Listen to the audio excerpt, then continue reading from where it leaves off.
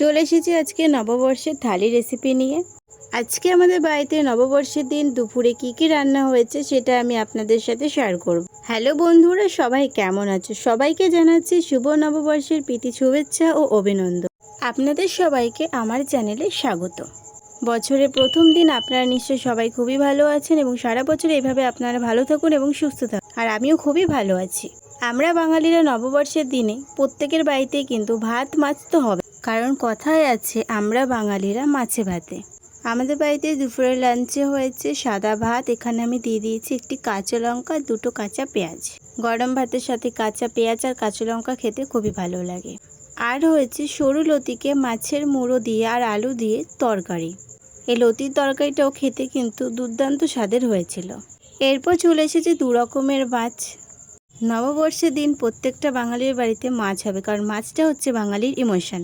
সেটা যদি ইলিশ মাছ হয় তাহলে তো কোনো কথাই নেই। তবে আমাদের বাড়ি আজকে ইলিশ মাছ হয়নি, আমাদের বাড়ি আজকে হয়েছিল তেলাপিয়া মাছ আর সিলভার কাপ মাছ। প্রথমে আমি এখানে নিয়ে নিয়েছি তেলাপিয়া মাছ। তেলাপিয়া মাছটাকেও পেঁয়াজ দিয়ে ঝাল করা হয়েছিল, সিলভার কাপ মাছটাকেও পেঁয়াজ দিয়ে একসাথেই ঝাল করা হয়েছিল। এখানে আমি দু রকম মাছই নিয়ে নিয়েছি আর এখানে দিয়ে দিচ্ছি মাছের ঝোলটা ভাতের উপরে। কিছুটা ভাত এখানে খাওয়া হয়ে গেছে। এরপর আমি আপনাদেরকে মাছটা ভেঙে দেখাচ্ছি। মাছটা কি সুন্দর নরম ছিল আর অনেক সুস্বাদু হয়েছিল খেতে।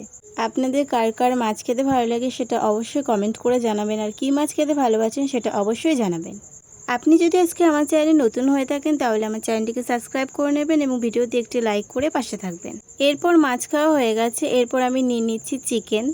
এখানে আমি 2 পিস মাংস নিয়ে নিয়েছি।